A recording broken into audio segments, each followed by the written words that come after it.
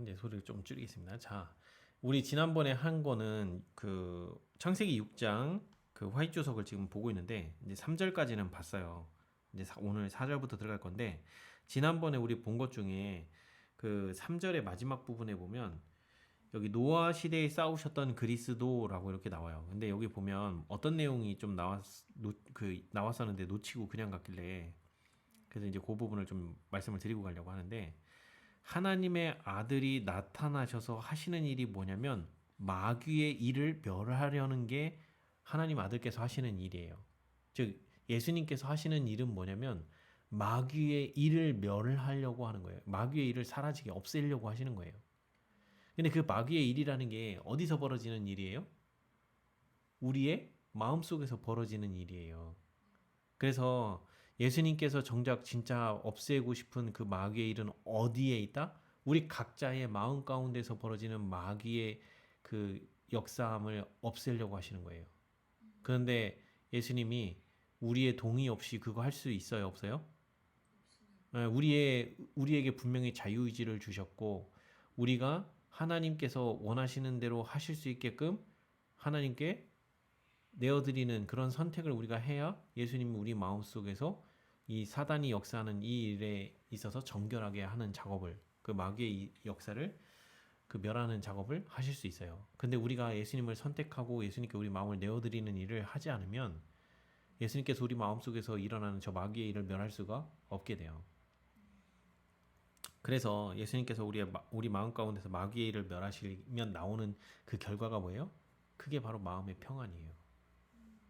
그래서 그 참된 평안은 내가 그냥 평안하다 생각해서 누리는 그런 평안이 아니에요. 그거는 경험을 해봐야만 그 차이를 이해할 수 있어요. 경험하지 않으면 그 차이가 뭔지 정확하게 잘 이해 못할 수 있어요. 그냥 예수님 의지하지 않아도 느끼는 그런 평안은 그런 평안이 아니에요. 예수님이 주고자 하는 평안이 아니에요. 아까도 우리 말씀을 잠깐 나눴지만 어떤 두려움과 공포 속에서도 하나님이 나와 함께 하신다는 그 생각, 그거 하나만으로도 우리는 더 이상 걱정과 두려움에 쌓이지 않을 수 있다는 거죠. 거기서 오는 평안함이에요. 그런 평안들이 우리 마음 가운데에 하나님을 절대적으로 신뢰하는 그 믿음을 세워주고 굳건하게 해주고 이렇게 되거든요. 자, 오늘 이어서 지난번에 이어서 4절 화이트 주석을 보도록 하겠습니다. 자, 이 부분은 오늘 훈옥자매님이 먼저 읽어주세요. 네. 사라져버린 발명품들과 훌륭한 기술들, 오늘날의 세상이 알고 있는 것보다 훨씬 더 위대한 기술과 발명품들이 홍수 속에서 사라져버렸다. 홍수로 쓸려버린 공예품들의 숫자도 현 세계가 자랑하는 공예품들의 숫자보다도 훨씬 더 많았다. 인간은 연구 방법에 관한 지식을 어디서 얻었을까? 인간은 그것을 여러 동물들의 구조와 습관들을 연구해 봄으로써 결국 주님께로부터 얻은 것이다. 모든 동물들은 하나의 교과서이다. 동물들이 그들의 몸과 그들에게 주어진 무기들을 사용하는 것들을 보고 사람들은 여러 가지 연장들을 만드는 법을 배웠다. 사람들이 만약 홍수 때문에 잃어버린 기술이 얼마나 많은가를 안다면 소위 원시 시대에 관해서 그렇게 유창하게 말을 할 수는 없을 것이다. 사람들이 만약 그 당시 그분의 사람들을 통해서 옛날에 하나님께서 하신 일을 볼 수가 있다면 홍수전 시대의 기술을 하잘 것 없는 것이라는 말을 자신 있게 할 수는 없을 것이다. 오늘날 우리가 아는 것보다 훨씬 더 많은 것들을 홍수로 잃어버렸다. 하나님께서는 세상을 내려다 보실 때 자신이 사람들에게 주신 지혜는 왜곡되고 사람의 마음의 상상은 항상 악할 뿐임을 보셨다. 그분은 이 사람들에게 지식과 가치 있는 아이디어를 주셔서 그분의 계획을 성취하려 하셨지만 지혜와 기술과 판단력을 받은 사람들은 그것을 자신의 영광을 위하여 이용하고 있었다. 그래서 하나님은 홍수의 물로 이 장수족들을 땅에서 도말해 버리셨고 그들과 함께 항상 악한 목적에만 사용되었던 지식도 쓸어버리신 것이다. 땅의 사람들이 다시 살게 되었을 때 주께서는 사람들에게 그분의 지혜를 위탁하시는 데에 보다 신중히 하셨고 사람들이 하나님의 크신 계획을 수행하는 데에 필요한 재능만을 주셨다. 네, 오늘 이 화이트 주석이 참 많은 얘기를 해주고 있어요. 그죠? 네. 네, 우리가 이 하나님의 발명품들과 훌륭한 기술들 그런 거 다 어디서 나온 거예요? 하나님께서 우리에게 그 신체적인 능력, 그 지혜 이런 모든 거 그리고 또 이제 우리가 한번 보면 그 기억력 이런 것들이 엄청난 그 지금 우리 세대와는 비교할 수 없는 수준이었다는 거죠. 그런 사람들이 몇 세대가 같이 살았다고요? 일곱, 7세대가 7세대의 조상들이 그 서로 간에 그 아버지, 할아버지, 증조 할아버지 뭐 이렇게 갖고 그 7세대의 그 사람들이 몇백 년을 같이 살아요. 그래서 몇백 명씩 몇백 년씩 그렇게 같이 살면서 그들이 가지고 있던 지식에 지식을 더해서 결국 어마어마무시한 것들이 만들어졌을 거예요. 왜 그래요? 오늘날 우리가 사는 이 시대를 봐요. 100년도 못 사는 이 시대에 그 뭐 한 3, 40년, 5, 4, 50년 이렇게 연구한 그런 사람들이 노벨상을 받을 정도로 위대한 업적들을 올리고 있잖아요. 고작 그 70, 100세도 못 사는 인간들이 그 사는 동안에 연구한 그 결과로 노벨상을 받고 일대 산업혁명을 일으키고 막 이런 정도의 이런 일들이 일어나는데 이 몇백 년씩 사는 그 사람들이 무려 7세대가 지식을 공유하면서 사는 이 시대의 사람들이었다라고 하면 신체적 능력이 너무 뛰어나서 책이 필요 없어요. 보기만 해도 다 외워버려. 그리고 깨닫는 능력이 우리하고는 차원이 달라요. 그러니 그런 사람들이 몇백 년씩 살면서 얼마나 뛰어난 걸 만들었겠어요. 그리고 공예품 이런 거 만드는 거 생각을 해보세요. 우리가 예를 들어서 뭐 그 무슨 뭐죠 그거 자기 그 뭐냐 왜 그 아 뭐 도자기도 있지만 그 왜 나전칠기 같은 거 이런 거 만들잖아요. 되게 섬세하잖아요. 나전칠기 같은 거. 근데 그런 거를 몇백 년씩 만들었다고 쳐보세요. 그러면 기술이 얼마나 진짜 미세하고 진짜 디테일하게 만들었을 거예요. 얼마나 멋지게 만들었을 거예요. 고작 몇십 년 사는 인생인데도 정말 이게 사람이 만드는 작품이야? 라고 할 정도로 그런 작품들이 아직도 존재하는데 그래서 여기 보면은 뭐라고 돼 있어요? 하나님께서 이들이 발명한 그들이 가졌던 그 위대한 여기 보면 그냥 기술도 아니야. 위대한 기술이라고 적어놨어요. 그리고 발명품들 이거 전부 다 뭐 했다고요? 홍수 속으로 다 쓸어버렸다는 거예요. 그 쓸어버린 이유가 뭐예요? 요 하나님께서 주신 그 지식, 지혜 요걸 가지고 요거 가지고 무슨 목적으로만 써요? 그쵸? 나 자신을 위한 목적으로만 쓰는 거예요. 그래서 여기 아까 뭐라고 돼 있어요? 자신의 영광을 위하여 이용하고 있었다. 그래서 하나님께서 사람의 마음이 항상 악할 뿐임을 보셨다라는 의미에는 뭐가 들어가 있는 거예요? 하나님을 위해서 쓰는 일이 아니고 하나님 사업을 위해서 자기를 자신을 내어드리는 이런 일이 아니고 그리고 세상 사람들을 돕는 일이 아니고 오직 누구만을 위한 일을 쓴다? 나 자신만. 이게 바로 사단이 하늘에서 타락한 배경이잖아요. 그래서 우리가 부조화 선지자 1장에서 뭐라고 얘기했어요? 사단이 최초의 죄를 범하는 그 순간이 어디였어요? 하나님께서 주신 모든 지혜와 영광 이 모든 거를 뭐 누구 것이냐? 네, 자기 것이냐 생각했다라고 하는 그 한 문장이 사단이 그때 사단이 됐다는 증거예요. 하나님께서 전혀 창조하지 않으신 마음, 그 이기적인 마음이 그 사단의 마음 가운데에 최초로 시작됐다는 거예요. 여기 그거를 사단의 정신을 물려받은 사람들이 다 하는 짓이 뭐예요? 다 똑같아요. 사단이랑 똑같이. 오직 자기 자신만을 위해서 내가 갖고 있는 모든 지혜와 영광을 다 나 자랑하는 데만 쓰잖아요. 그래서 사단이 제일 먼저 타락하고 난 다음에 늘 하는 게 뭐예요? 자기 자신을 자랑하는 거. 자, 그래서 여기 보면 우리 인간이 가진 지혜와 지식은 다 어디서부터 왔다? 하나님께로부터. 여기서 무슨 논리를 펴고 있어요? 자, 모든 무기를 만들거나 그 다음에 우리가 악기호 같은 거 이런 거 그 스카치 테이프니 뭐 이런 테이프 붙일 때 그 끈적끈적이는 이런 악기들이죠. 이거 다 어디 건 줄 알아요? 그 홍합이나 막 뭐 이런 동물들이나 식물들 이런 데서 이 끈적거리는 거 이렇게 쓰면 이렇게 쓸 수 있겠네? 다 그렇게 해서 만들어진 것들이에요. 그것뿐만이 아니고 여기 뭐라고 돼 있어요? 동물의 움직이는 구조를 보고 요즘에 우리 왜 그 지금 로보틱스 뭐 이러면서 현대자동차에서 인수한 업체가 하나 있어요. 그 로봇 만드는 회사. 그 회사에서 최초 만든 로봇이 뭐예요? 걸어다니는 개를 본따서 만든 개 로봇.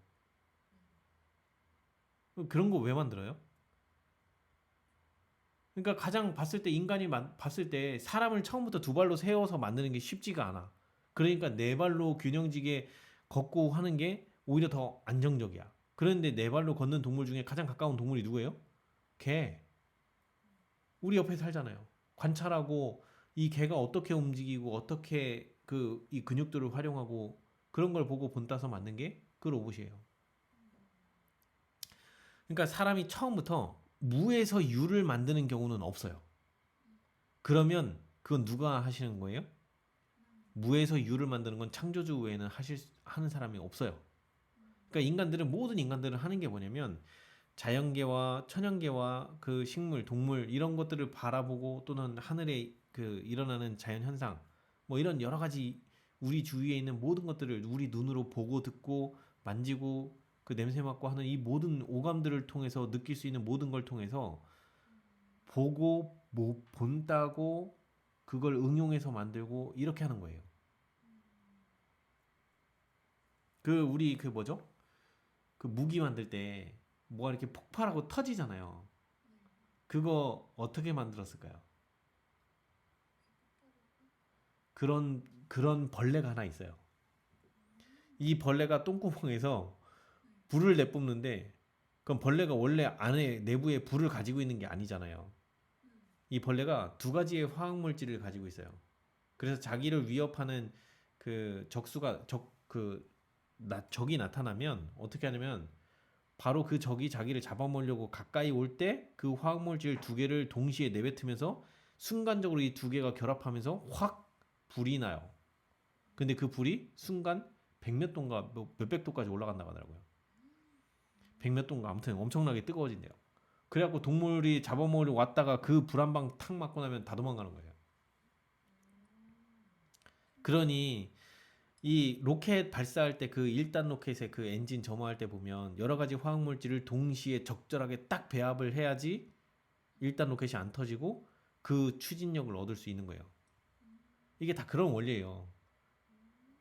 그러니까 이 모든 지혜와 지식이 사람이 무에서 유를 만들어낸 게 아니라는 거예요. 결국에는 그 다 원리를 따지고 보면 천연계나 어디에서 벌어지는 현상들을 보고 응용해서 만든 것들이에요. 그래서 그 동물, 그 이 천연계 누가 창조하셨다고요? 하나님께서. 그러니까 하나님께서 만든 그 이 상황들을 보고 응용해서 만들고 있는 것이니 그 지혜가 누구 거다 결국에는? 하나님께로부터 온 지혜라는 거예요. 이해가 되시죠? 그래서 여기 뭐라고 돼 있어요? 여기 무기를 사용하고 만드는 거 이거 다 뭐 어디서 배워봤다? 동물들이 그들의 몸과 그들에게 주어진 무기 사용하는 거 보고 만들었다는 거예요. 연장도 만들고 무기도 만들고 다 그랬다는 거죠. 그래서 여기 보면 이 홍수 시대 때 하나님께서 이 모든 기술을 싸그리 다 없애신 이유가 뭐다?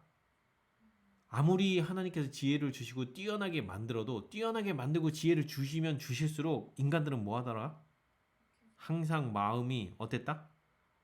항상 악해서 그 주신 하나님의 선물을 다 무슨 용도로만 쓴다? 자신의 영광을 위해서만 쓰더라. 자, 홍수 시대 이후에 하나님께로부터 이런 엄청난 지혜를 받은 인물이 있죠. 어떤 왕이에요? 다윗의 아들 누구예요? 다윗의 아들 솔로몬? 그렇죠. 솔로몬이 네. 하나님께로부터 엄청난 지혜를 얻었죠. 네. 처음에는 하나님께 영광 돌리고 정말 잘했어요. 맞아요. 그리고 나서 좀 지나서 타락하기 시작하는데 나이가 70 몇 세인가 아무튼 뭐 정확하게 나이는 안 나오지만 네. 그가 마지막에 이르러서야 겨우 구원받아요. 하나님께서 주신 그 지혜를 가지고 뭐 하는 데 쓰냐면 그냥 자기 이기적인 목적 그 채우려고 거기에 올인해요. 맞아. 그 내용이 어디 나와요? 전도서에. 그래서 음. 전도서 1장 1절을 보면 뭐 무슨 말이 나와요? 헛되고 헛되니 헛되고 헛되도 헛되다다. 그래갖고 헛되다는 말을 5번이나 내뱉어요. 하나님이 주신 지혜를 가지고 이 세상에 관심을 쏟고 세상 거에 그 몰두하기 시작하면서 세상에서 하고자 하는 걸 다 해보려고 별짓 다 했거든요. 맞아요. 그렇게 해봤는데 그 결국은 뭐예요? 다 다, 헛될 뿐이라는 거예요. 음, 그래서 우리가 하나님께서 우리에게 아무리 지혜를 쏟아 부어 주셔도 한번 타락한 우리 인생들은 결국엔 이 이기적인 정신을 극복하기가 쉽지 않다는 거예요. 스스로. 아무리 무슨 지혜를 줘도 그 지혜를 의지하기 시작하는 순간 하나님을 잊어버려요. 그러면 결국엔 타락하는 거예요. 타락하면 그 하나님의 선물을 그걸 가지고 무슨 용도로 쓰냐? 다른 사람을 타락시키는 일에 앞장서게 돼요. 사단이 그 능력을 사용한다고요. 그러니까 이게 이제 하나님께서 이렇게 계속 지혜를 줬지만 이런 결과를 보게 되니까 하나님께서 어떻게 하셔요? 아무나 안 줘요. 그리고 꼭 그 사람을 하나님께서 쓰시고자 하는 목적으로 쓰시기 위해서 지혜를 주세요. 그 대표적으로 우리가 어디를 볼 수 있냐면 나중에 이제 출애굽기 사건을 보면 성소 성막을 짓는 그 장면이 나와요. 근데 거기 보면 뭐 부살렐에게 어떤 지혜를 주고 막 이러면서 이제 그 뭘 만들고 할 수 있는 지혜를 하나님께서 주셔요. 그래서 그 지혜를 주시니까 그 사람이 그걸 만들기 시작해. 그래갖고 성소를 지을 때 법궤 만들고 뭐 만들고 하는 성막 짓고 그다음에 뭐 여자들이 막 뭐 이렇게 막그 털실 염소털이나 양털 가지고 뭐 이렇게 뭘 만들고 하는 이런 장면들 그런 지혜는 다 누가 주시는 거예요? 하나님께서 주시는 거예요. 근데 그 1세대들은 그 받은 지혜를 가지고 하나님 사업을 위해서 거기에다가 헌신했어요. 근데 그의 후손들은 점점 그거를 딱 여기 나와 있는 이대로 쓰기 시작해요. 자기 자신의 영광을 위해서만 써요. 그래서 출애굽 시대 이후에 그 장면이 어디서 나오냐? 솔로몬이 그 하나님의 성전을 지을 때 그때 거기 나오는 건축업자들이 나중에 뭐라고 얘기하냐면 우리 급여 올려달라고. 거기서 데모예요, 데모. 그래갖고 결국엔 솔로몬이 올려줬어요. 그랬더니 그 다음부터 뭐예요?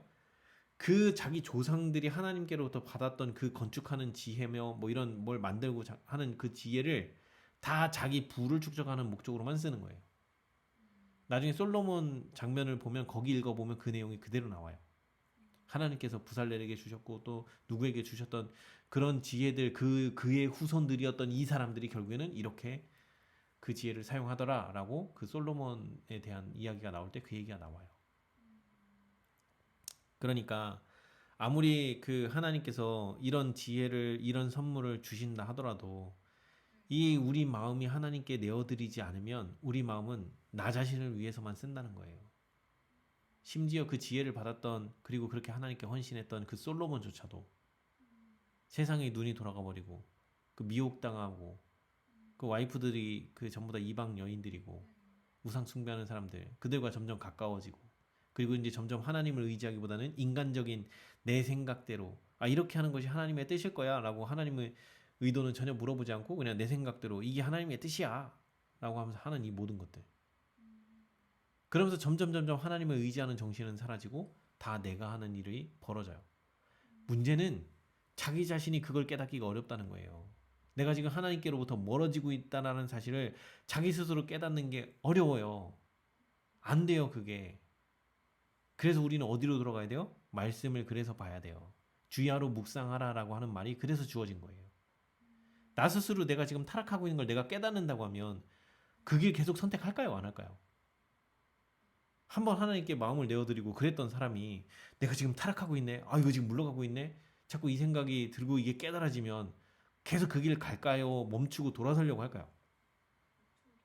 멈추고 돌아서려고 할 거예요. 근데 문제는 뭐예요? 멈추고 돌아서냐는 거예요. 솔로몬이 그런 지혜를 받고도 뭐 했어요? 타락했다니까요? 심지어 거기 솔로몬 관련된 내용 나오는 선지자왕 거기 쭉 읽다 보면 뭔 얘기가 나오냐면 솔로몬 자신도 자기가 하고 있는 일이 하나님의 사업을 하고 있는 것처럼 그렇게 생각했다고 했어요. 근데 하나님을 점점 의지하지 않고 그리고 자기도 모르게 타락해 가고 있음을 그걸 깨닫지 못했다고 돼 있어요.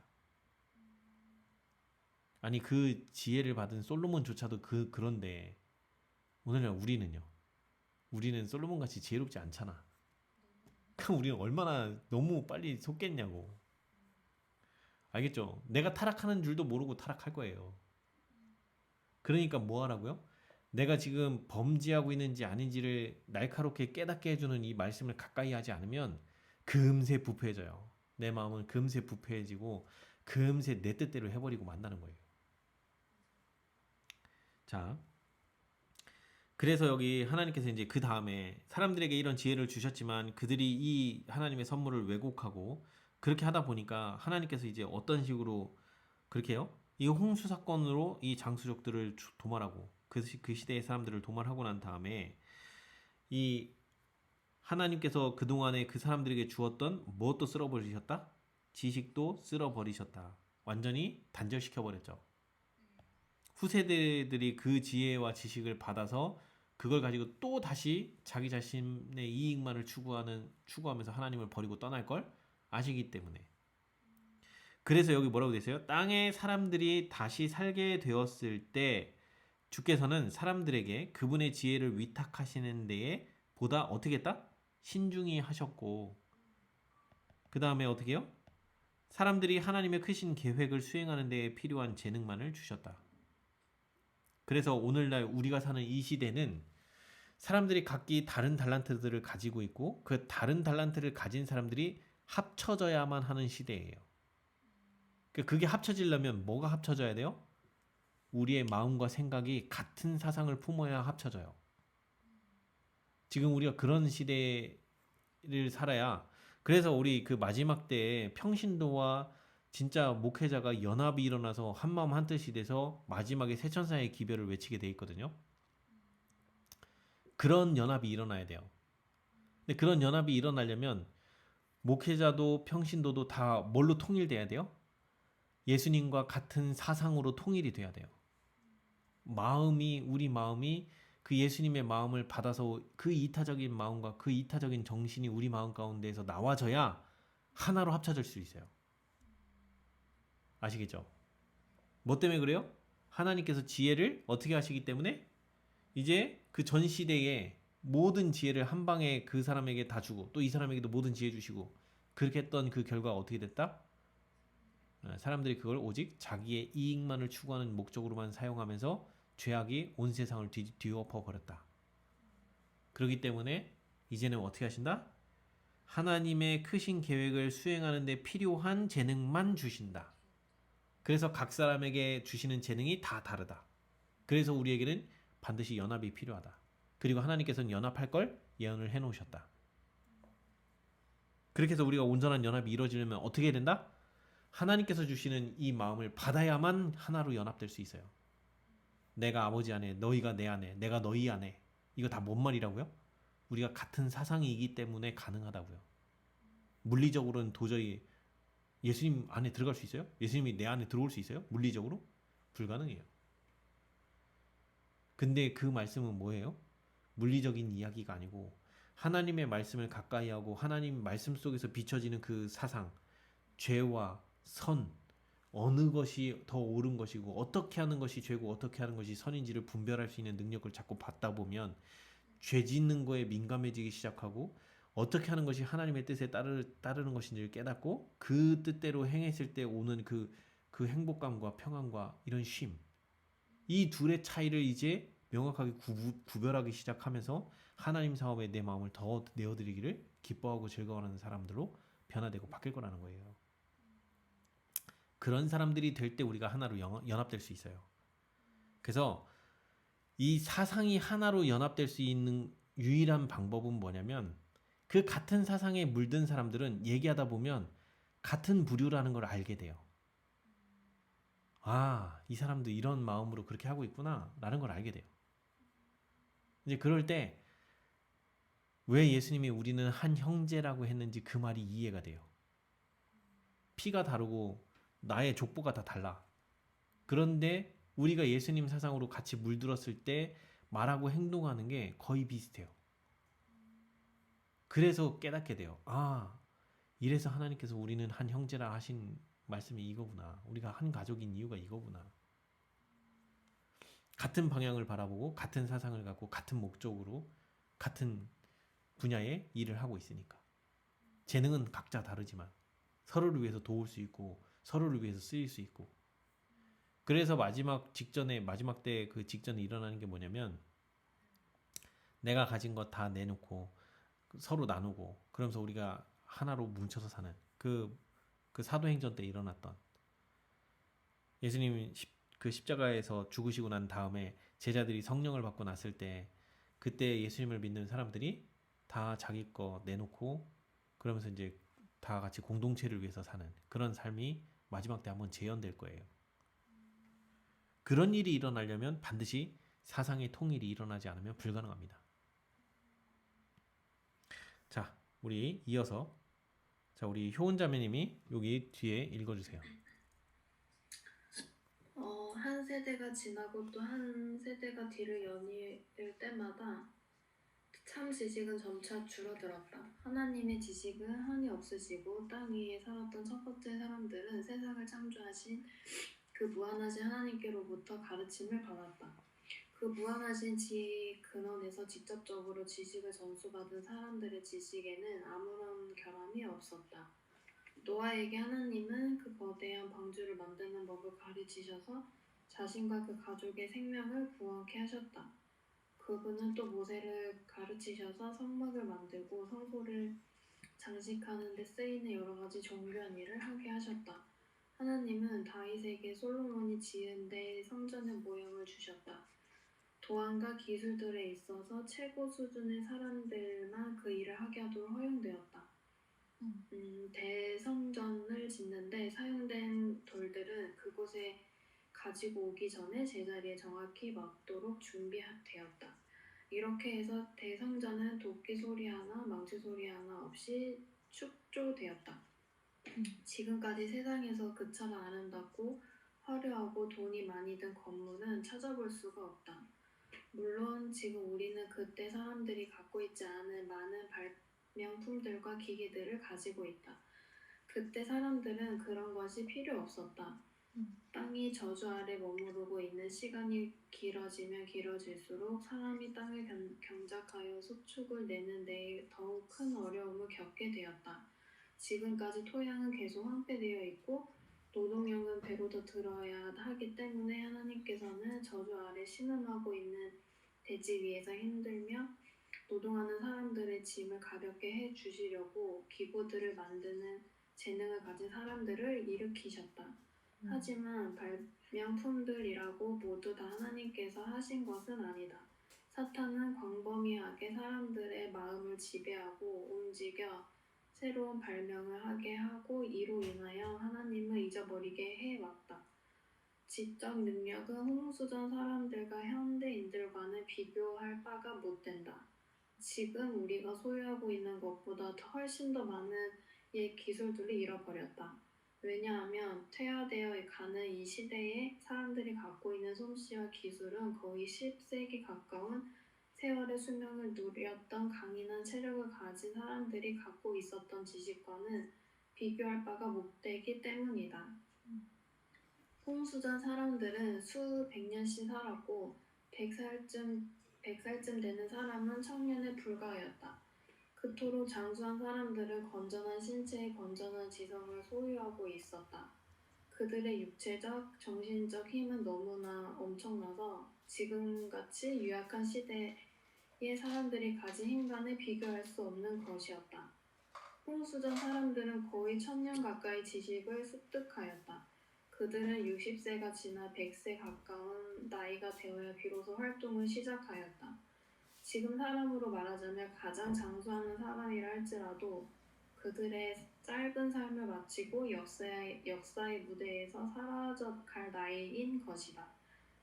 현 시대야말로 진정한 발전의 시대요. 지식에 있어서 인류는 과거 시대로부터 발전해 내려오고 있다는 망상 속에 기만당한 사람들은 하나님의 진리를 거짓 것으로 바꿔놓는 거짓의 아비 마귀의 감화를 받고 있는 것이다. 네, 놀라운 이야기가 적혀 있죠. 자, 여기 보면 발전하고 있다는 망상. 그래서 여기 이제 우리가 지금까지 계속 얘기했던 내용들이 계속 나오고 있죠. 지금 여기 보면 하나님께서 인간에게 주신 지혜는 뭐라고요? 여기 보면 잠깐만요. 자, 그 세상을 창조하신 그 무한하신 하나님께로부터 인간들은 그 지식을 하나님께로부터 가르침을 받으면서 살았다는 거예요. 그리고 그 무한하신 지혜의 근원에서 직접적으로 지식을 전수받은 사람들의 지식에는 아무런 결함이 없었다. 그러니까 하나님께서 그 이기적인 목적으로 사용하라고 주신 그렇게 가르친 게 아니라는 거죠. 그러니까 원래 이타적인 정신으로 그 능력들을 그 달란트들을 활용해서 다른 사람들의 유익을 위해서 사는 그런 목적으로 가르쳤단 말이에요. 그런데 여기 보면 이제 그러면서 그 하나님께서 이제 지혜를 주시고 가르치는 장면들이 노아에게는 방주 만드는 방법을 가르쳐 주셨고 모세에게는 성막을 만들고 성소를 장식하는 데 쓰는 여러 가지 정교한 일을 할 수 있도록 그 지혜를 주시고 또 그런 걸 만들 수 있는 사람들에게도 직접 지혜를 주셔서 그걸 실제 만들고 할 수 있도록 해주셨고 그리고 여기 보면 그 솔로몬 성전의 설계도는 다윗에게 주셨어요. 하나님께서. 그래서 다윗이 그 설계도를 가지고 도면을 작성을 해놓고 나중에 죽기 전에 솔로몬에게 그걸 주어요. 그걸 주면서 이 성전을 하나님께서 주신 성전의 이 도안과 모양대로 이렇게 지으라고 그 물려주게 돼요. 그래서 이 솔로몬이 이제 하나님의 성전을 건축할 때 여기 보면 망치 소리 하나, 도끼 소리 하나 없이 축조됐다. 이 얘기는 무슨 얘기냐면 엄청나게 거대한 돌들로 성전을 건축을 했는데 그 돌들을 다듬는 걸 어디서 했냐면 돌을 떼어내는 곳이 있죠. 그러니까 돌산 같은 데서 그 돌을 떼어낼 때 거기서 돌 사이즈를 정확하게 가로 세로를 딱딱딱딱 맞춰서 그거를 그저 날라다가 그 놓아야 할 위치에 내려놓으면 딱딱딱딱 맞았다는 거예요. 그 정도로 할 정도면은 엄청나게 똑똑해야 돼요. 지금도 우리가 건축하거나 이럴 때 오차 때문에 맨날 막 이거 뭐 집 잘못 졌다, 막 뭐 하자가 생겼다, 막 난리치는데 오늘날 우리가 살고 있는 이 시대도 아파트 막 하자 공사 끝나고 입주할 때 되면 막 하자 보수 막 맨날 난리잖아요. 근데 여기는 지금 뭐라고요? 망치 소리 하나, 도끼 소리 하나 없이 성전을 이런 하자 없이 완공했다는 거예요. 그러려면 그 돌멩이 사이즈 하나 받쳐야 될 그 성전의 그 기축이 되는 그 돌들과 성전의 그 각 모양에 그 맞춰져서 만들어져야 될 그 돌의 크기를 정확하게 설계하고 그 설계한 대로 그걸 만들어내는 그 기술은 엄청난 거예요. 거기에는 뭐가 없어요? 하자가 없어요. 하자가. 이거는 하나님의 지혜가 아니면은 절대 그렇게 만들 수 있는 것이 아니에요. 아시겠죠? 근데 여기 참 보면 하나님께서 우리들에게 발명품과 기계들을 만들 수 있는 이런 지혜도 주셨어요. 여기 보면 땅이 저주 아래 머무르고 있는 시간이 길어지면 길어질수록 즉 하나님께서 맨 처음에 사람이 타락하고 난 다음에 하나님께서 땅을 저주하시죠. 그래서 땅에 저주가 임하니까 어떻게 돼요? 이제 가시와 엉겅퀴가 나고 막 이런 일들이 벌어져요. 그때의 이후로 세대가 지나면 지날수록 사람들이 점점 땅을 황폐하게 만드는 거예요. 하나님께서 점점 땅을 안 좋게 만드는 게 아니고. 왜 그러는가? 이 인간들이 이기적인 목적으로 땅을 사용을 하니까 하나님께서는 이 자연의 법칙은 계속 순환하게 만들어 놓으셨단 말이에요. 오늘날 우리 시대를 봐요. 오늘날 우리 시대를 보면 자연을 망치는 게 누구예요? 인간들이에요, 인간들. 동물 세계고 천연계고 어디고 다 망치는 건 인간들밖에 없어요. 특히 요 근래에 보니까 제주도가 아주 그냥 뭐 그 파래인가 뭘로 뒤덮여갖고 난리더만요, 보니까.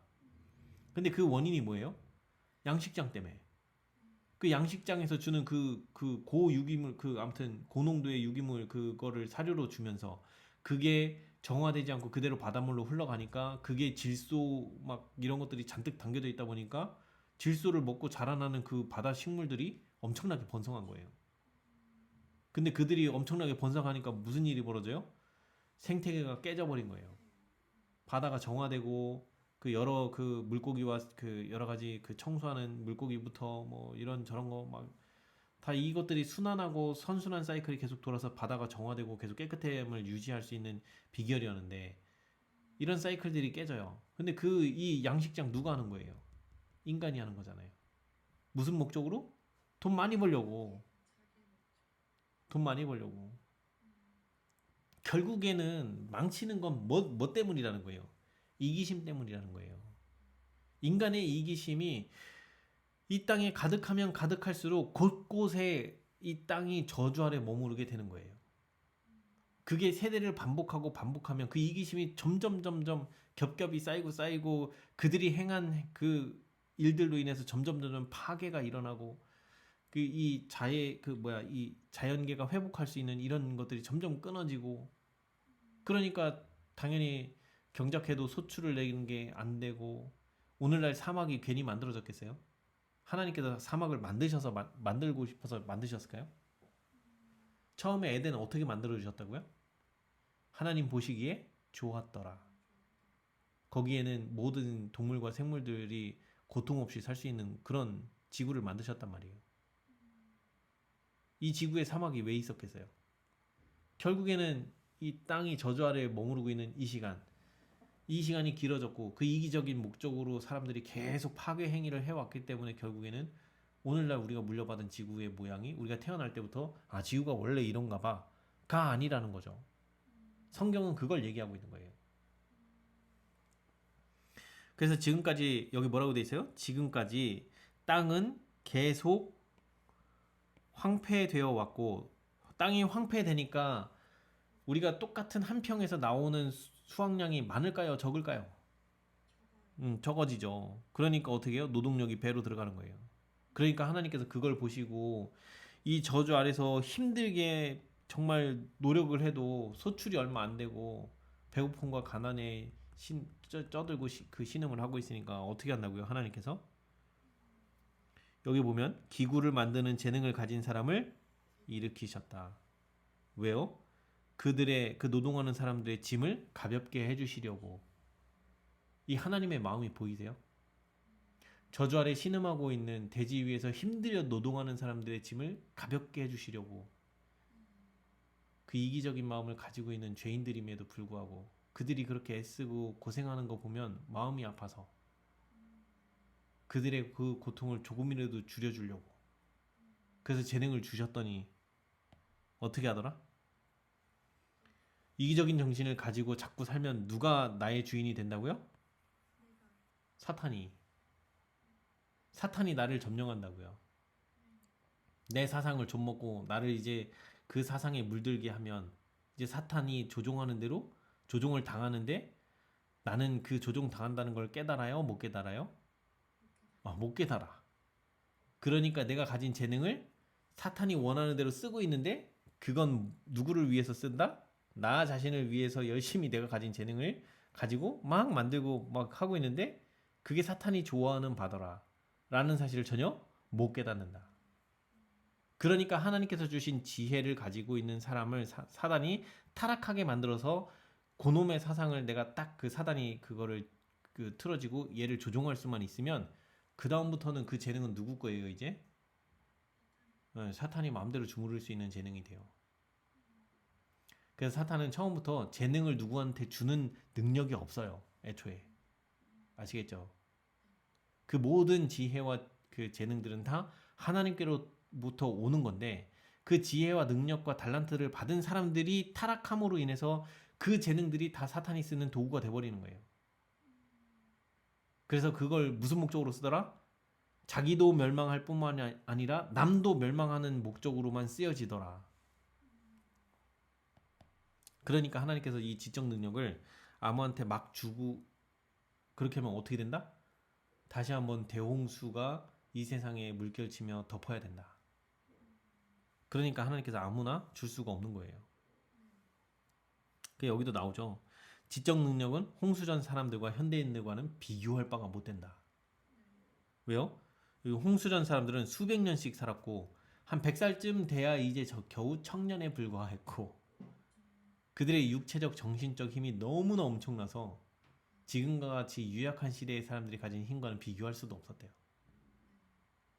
그리고 1000년 가까이 그 홍수전 사람들은 거의 1000년 가까이 지식을 습득했고 60세가 지나서 겨우 100세 가까운 나이가 돼야 비로소 이제 좀 이것 좀 압니다. 아유, 네 그게 무슨 말인지 저도 이제는 좀 이해합니다. 이런 수준이었다는 거죠. 그러니까 7세대가 같이 살면서 그 지혜와 지식을 나누니까 이게 어떤 상태인지 지금 우리 수준에서 참 깨닫기가 쉽진 않지만 얼마나 진짜 기가 막힌 시대였을지. 그쵸. 우리로서는 그들이 어떤 삶을 살았을지 가늠하기가 정말 쉽지 않아요. 네. 그래서 여기 계속 우리 인간들은 뭐라고 얘기해요? 오스트랄로피테쿠스 뭐 이러면서 야만인, 원시인, 구석기 시대. 예, 구석기, 뗀석기 뭐 이러면서 네. 그런 소리 하고 있죠. 근데 거꾸로 하나님은 뭐라고 얘기하세요? 인간은 인간은 창조되었을 그 당시 그 시점이 가장 영광스러운 상태였고 그 이후부터 계속 타락하고 퇴폐돼서 네. 퇴보되고 진화가 아니고 거꾸로 완전히 퇴보돼서 우리는 지금 완전히 망가진 인간들의 모습인 거예요. 진짜. 아시겠죠? 네. 그래서 어떻게 한다? 여기 보면 사단이 하는 모든 짓은 뭐냐면 하나님께서 가르쳐 주신 진리를 거짓 것으로 바꾸어 놓는 것이 마귀가 하는 짓이에요. 하나님이 가르쳐 주시는 지혜는 분명히 인류는 창조 당시가 가장 영광스럽고 우리는 계속 퇴보하고 있다는 거예요. 죄 짓는 데는 발전하고 있고 네. 진리로 가는 길에 있어서는 계속 퇴보하고 우리의 육체도 정신적 능력도 다 퇴보의 길을 걸어왔다는 거예요. 그런데 거꾸로 우리 인간들이 가리키는 지식은 뭐예요? 인류는 뗀석기, 구석기 시대부터 지금까지 엄청난 발전을 해왔다. 네. 거꾸로 얘기하고 있죠. 네. 이게 마귀가 하는 짓이에요. 그래서 우리가 말씀을 공부하고 깨달으려고 애쓰고 읽지 않으면 네.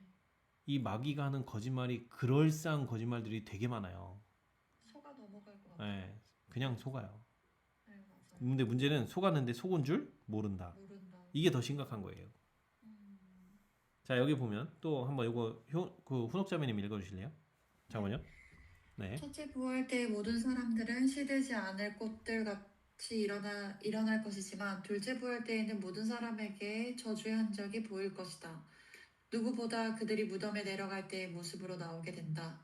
홍수전 사람들은 지금 사람들보다 키가 2배나 크고 균형이 잘 잡힌 거인 같은 체구를 하고 나온다.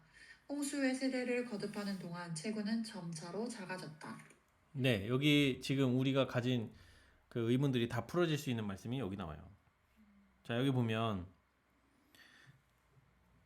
자, 여기 보면 첫째 부활에 일어나는 사람들, 그 다음에 둘째 부활에 일어나는 사람들의 모습이 전혀 달라요. 첫째 부활 때는 우리 죄된 육신은 다 완전히 홀연히 변화돼서 완전히 새 몸을 받아요.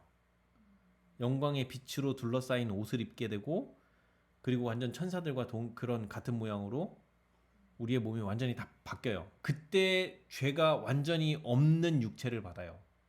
우리의 죄된 본성이 완전히 없는 정말 순수하게 아담이 처음 창조되었을 때의 그 모습 그대로 우리가 그런 상태로 돌아가요. 그게 바로 첫째 부활 때 일어나는 현상이에요. 그런데 둘째 부활 때는 여기 뭐라고 적혀 있어요? 둘째 부활 때에는 모든 사람에게서 저주의 흔적이 보이는데 어떻게 된다? 그들이 무덤에 내려갈 때의 모습으로 나오게 된다. 보이죠? 만약에 하나님을 모른 채 죽죠. 그러면 그들의 마지막 죽을 때의 모습이 그들이 둘째 부활에 일어날 때의 모습이에요. 빼짝 말라서 죽었으면 마른 채로 부활할 거고 다리가 한 짝이 없으면 다리가 한 짝 없는 채로 부활할 거예요. 눈이 한쪽이 없어요? 그럼 그 눈이 한쪽이 없는 채로 부활할 거예요. 아시겠죠? 이게 바로 첫째 부활과 둘째 부활의 차이예요. 둘째 부활 때는 누가 일어나기 때문에 그래요? 하나님을 믿지 않는 악인들이 일어나기 때문에 그래요. 네. 그들의 마지막 숨지기 직전 상태의 모습 그대로 일어날 거예요. 아시겠죠? 네. 자, 그리고 여기 보면 중요한 말이 나와요. 뭐가 나오냐면 홍수 전 사람들은 키가 몇 배다? 지금 사람들의 키보다 2배나 컸다라고 돼 있죠. 네. 그래서 2배나 컸고 크고 균형이 잘 잡힌 거인 같은 체구를 하고 나온대요. 그래서 홍수로 멸망당하기 전에 살았던 사람들, 의인이든 악인이든 다 알겠죠? 네. 그래서 첫째 부활이든 둘째 부활이든 딱 일어나면 사람들의 키 모양이 쭉 거꾸로 제일 작은 우리는 제일 작은 모습을 하고 나올 거예요. 근데 키는 나중에 하늘 가면 바뀝니다. 우리가 지금 작은 이 상태로 그냥 계속 그대로 영원히 살지 않아요. 네. 알겠죠? 네. 그건 걱정 안 하셔도 됩니다. 근데 중요한 건 여기 보면 이 그 나중에 이제 그 창세기 읽다 보면 네피림 얘기가 나올 거예요. 네네. 페림. 예, 그 네피림이라고 하는 그런 존재들이 뭐 다른 창조물인가? 다른 피조물인가? 아니에요. 아니요. 알겠죠? 네. 원래 인간의 키가 이렇게 2배나 컸어요. 그러니까 네. 이 유전자가 이제 대부분은 그 뭐냐, 근데 대부분 이제 키가 작아지고 있지만 그 중에도 이렇게 키 큰 우리 그 별종들이 있잖아요. 네. 유전자적으로 볼 때 키가 부쩍부쩍 크는 사람이 있잖아요. 네. 그처럼 그때도 그런 사람들이었던 거예요. 그래서 약간 거인족 같은 그런 족속들. 근데 원래 그들이 그런 크기들은 그들도 결국에는 첫째 아담보다는 작았을 거라는 거죠. 왜? 아담이 죽은 지 한참 후에 태어나니까. 그래도 그 당시 살던 사람들의 키보다는 훨씬 컸기 때문에 컸다라고 하면서 네피림이라는 그런 말을 붙였다라는 거죠. 그게 어디 나오냐면 여호수아가 이제 그 가나안을 정복하는 장면에서 네. 거기서 나와요. 그들의 키는 막 엄청나게 크고 그 다음에 특히 그 누구죠? 다윗과 골리앗의 싸움. 네, 그런 장면들. 그럼 어떻게 저런 키 큰 사람이 있나? 막뭐 이렇게 처음에 그런 의문을 가질 수 있어요. 네. 그러나 이제 이걸 읽고 나면 이해가 되죠, 이제. 알겠죠? 네. 그래서 화이트 주석을 우리가 성경만 볼 게 아니고 여기 성경에 나와 있는 화이트 주석도 하나하나 다 이걸 파악해가면서 읽어가면 많은 걸 깨달을 수 있어요. 아시겠죠? 네. 제가 왜 화이트 주석 보자고 하는지 알겠죠, 이제. 네. 자, 여기 보면 오늘 5절까지만 갈게요. 아유, 네. 4절 5절하고 끝나네. 참, 언제 진도 나가지? 자, 여기 요거 훈옥자매님이 첫 번째, 네. 그리고 두 번째 거는 효은자매님이 네, 우리들은 홍수 이전 시대의 역사에 그 평안에 타락한 도시들의 역사를 가지고 있다. 그 사람들의 행위는 경주 부박한 데서 시작하여 비열한 죄에 이르기까지 타락하여 하나님의 진노를 불러들였고 하나님께서는 그들의 타락한 가마를 땅에서 제거하기 위하여 무서운 파멸로 응하셨다. 기호와 정욕이 이성을 지배하였고 자아는 그들의 신이었으며 지극히 높으신 자를 아는 지식은 타락한 정욕의 이기적 방종으로 거의 사라져 버렸다. 네, 여기 보면 우리가 왜 이 상태에 이르렀는지 여기 지금 다 설명이 나와 있죠. 네, 여기 보면 우리 홍수 이전 시대의 역사는 그 평온에 타락한 도시들의 역사를 가지고 있다. 자, 그들의 행위는 경조 부박한 데서 시작하여 비열한 죄에 이르기까지 타락하여 하나님의 진노를 불러들였고 하나님께서는 그들의 타락한 가마를 땅에서 제거하기 위하여 무서운 파멸로 응하셨다. 자, 여기 오늘날 우리에게도 해당되는 이야기가 나옵니다. 기호와 정욕, 이성을 지배하고, 그러니까 내가 좋아하는 것만 나의 이기적인 목적으로 좋아하는 이런 것들, 그 다음에 정욕적인 것들, 이런 것들이 내가 생각하고 이거 아닌데, 이거 죄인데, 이렇게 생각하는 이렇게 하면 안 돼, 이렇게 살면 안 돼라고 하는 이런 판단을 하는 이 이성이 작동을 안 하는 거예요. 그냥 이 정욕과 기호 이런 감정들 이런 것들이 다 내 이성을 잡아먹고, 그래서 제가 그때 말씀드렸던 거 기억나시죠? 누가 툭 건들면 뭘 기도해야 된다는 생각이 들어오는 게 아니고 먼저 감정부터 확 일어난다고 했죠. 왜 그래요? 우리가 타락한 끝자락에 사는 시대다 보니까 우리의 이성이 작동을 해요, 안 해요? 네, 우리의 이성의 자리에 뭐가 들어앉아 있어요? 감정이. 내 감정이 이성을 거꾸로 지배하고 있는 거예요. 그러니까 이성이 작동할 시간이 없어요. 그래서 처음에 기도하는 게 안 되는 이유가 그거예요. 근데 이제 시간이 지나고 하나님을 의지하는 법을 깨닫고 알고 보니까 이 이성을 살리는 방법을 가르쳐 주셨다니까? 하나님께서 우리에게 엘렌 G 화이트 여사를 통해서. 그게 뭐다? 바로 건강개혁하는 게 바로 그거예요. 건강개혁의 중요성이 바로 여기서 나오는 거예요. 이 이성이 살아나지 않으면 우리가 하나님의 진리를 깨닫지 못해요. 우리의 감정과 정욕과 기호 이런 이기적인 정신이 계속 이 이성을 지배하고 이성이 우리의 올바른 판단력을 갖추지 못하도록 그렇게 방해를 한단 말이에요. 그렇기 때문에 하나님께서는 이 마지막 시대에 우리가 사는 이 시대에 먹고 마시고 흥청망청하는 세대를 내다보시고 그들이 살 수 있는 길을 마련하시기 위해서 엘렌지 화이트 여사를 통해서 주신 기별이 뭐냐? 건강 기별이에요. 그게 식생활과 음식물에 관한 권면, 그 다음에 치료봉사, 의료봉사, 뭐 여러 가지 곳곳에, 그리고 심지어 대댕수 청소 곳곳에 읽어보면 절제해야 될 이유와 극기해야 될 이유, 식욕과 정욕의 방종으로부터 우리가 조심하고 해야 되는데 우리 스스로 그걸 극복할 수 있다 없다? 못한다고요. 그래서 예수님께 의지하라는 거예요. 그게 바로 그걸 두고 예수님을 의지하면서 그걸 포기해 나가는 그 모습을 보고 뭐라고 하는 거예요? 그게 자아포기라는 거예요. 나 좋아하는 거 하려고 하는 그 정신, 그거 포기하기로 결심하고 예수님께 매달리며 기도하는 거, 이게 바로 자아포기라는 거예요. 그래서 여기 뭐래요? 자아는 그들의 신이었으며 바로 이어서 나오죠. 네. 이 이성이 작동을 안 하고 나 좋아하는 거, 내가 원하는 대로 그냥 무조건 다 해버리는 이런 것들이 결국엔 뭐예요? 그게 자아가 신이 되는 길이에요. 네. 그래서 여기 뭐래요? 지극히 높으신 자를 아는 지식은 어떻게 된다? 점점 타락한 정욕과 이기적인 방종으로 사라져 버렸다. 그래서 왜 사라져요?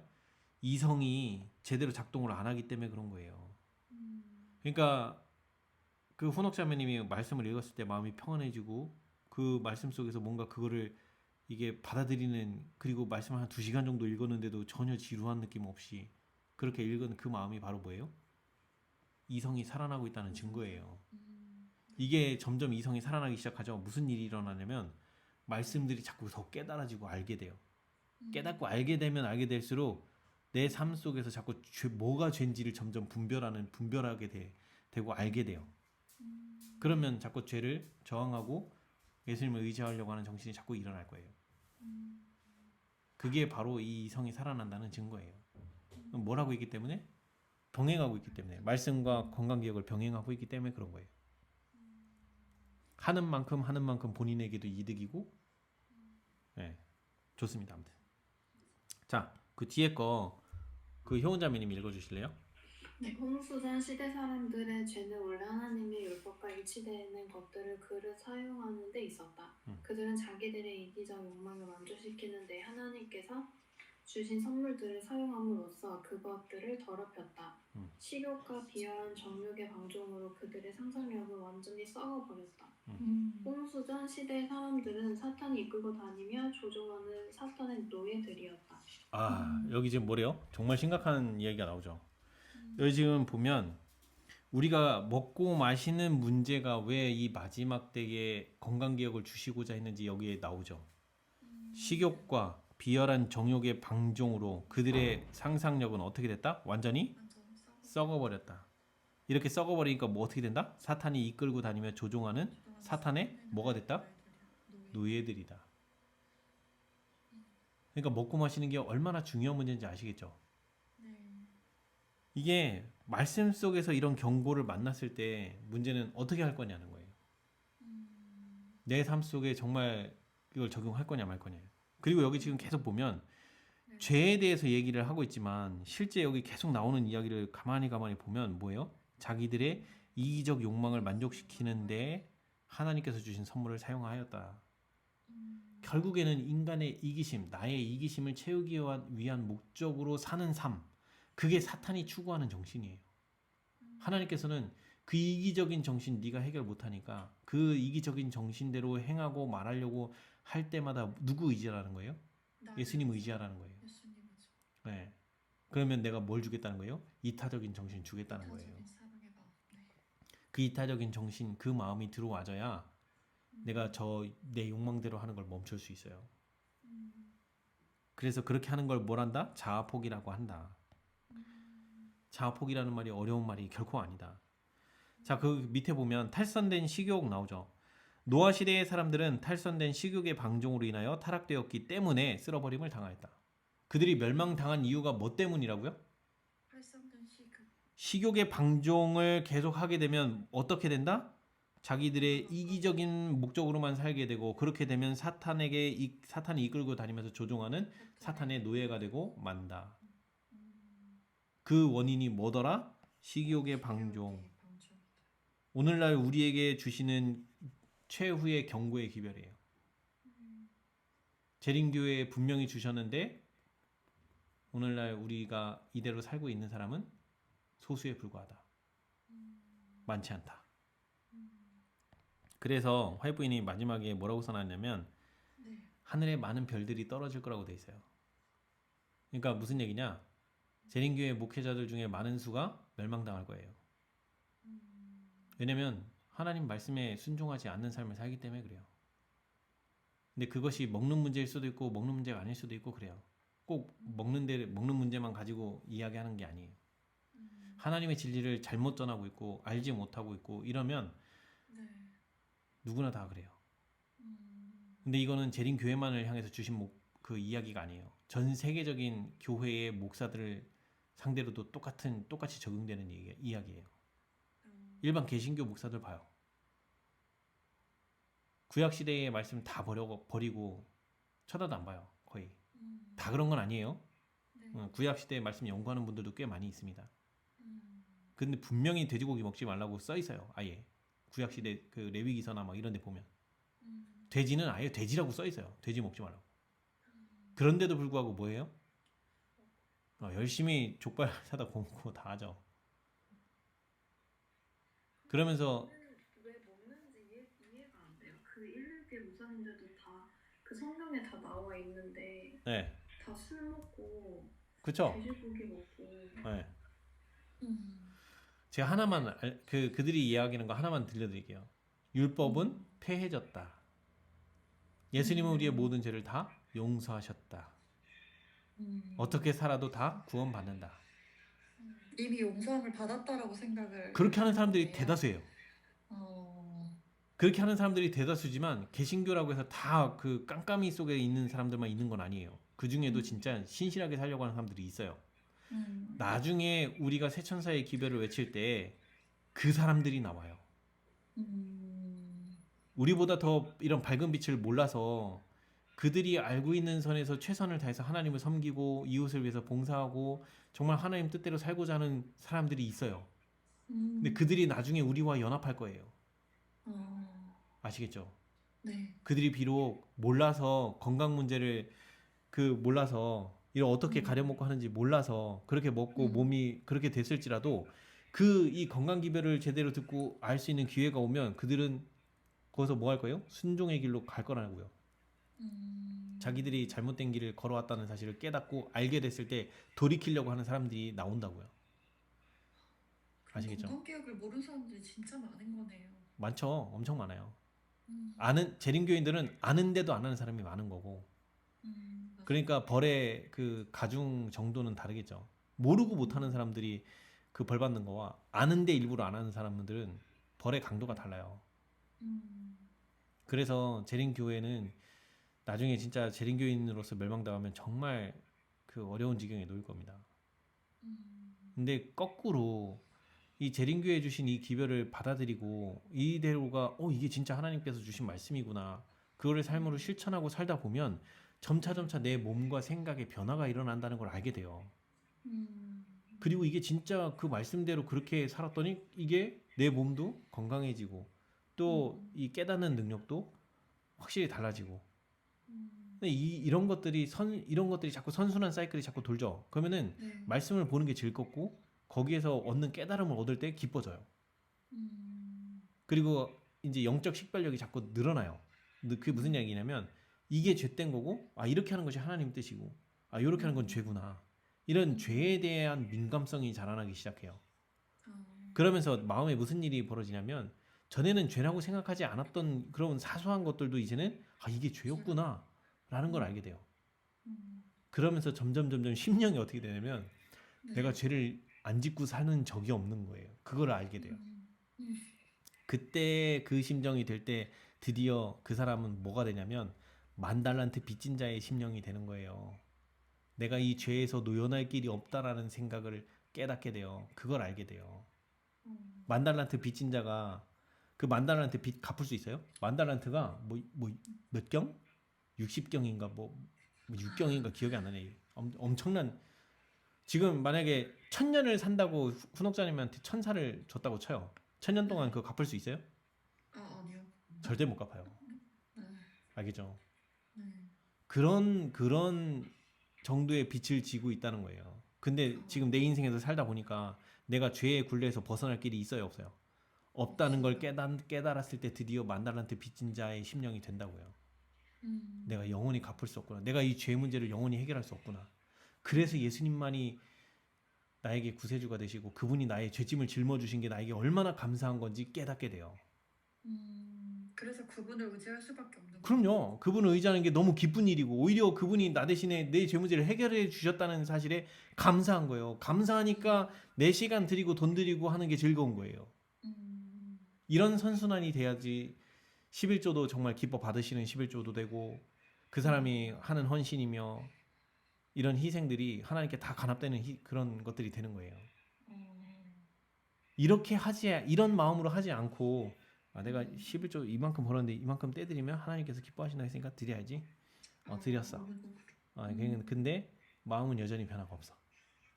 심각한 거예요. 근데 심각한 걸 못 깨달아. 이게 문제예요. 아시겠죠? 네. 그래서 건강개혁 정말 중요합니다. 정신적인 문제와 먹는 문제는 네. 연관돼 있어요. 뗄래야 뗄 수 없는 연관성이 있어요. 그래서 건강개혁을 무시하면 100% 멸망으로 갑니다. 자, 어쨌든 여기 이제 뒤에 11절부터 뒤에 부분은 다음에 하겠습니다. 오늘 여기까지 하고 마치도록 할게요. 네. 잠시만요.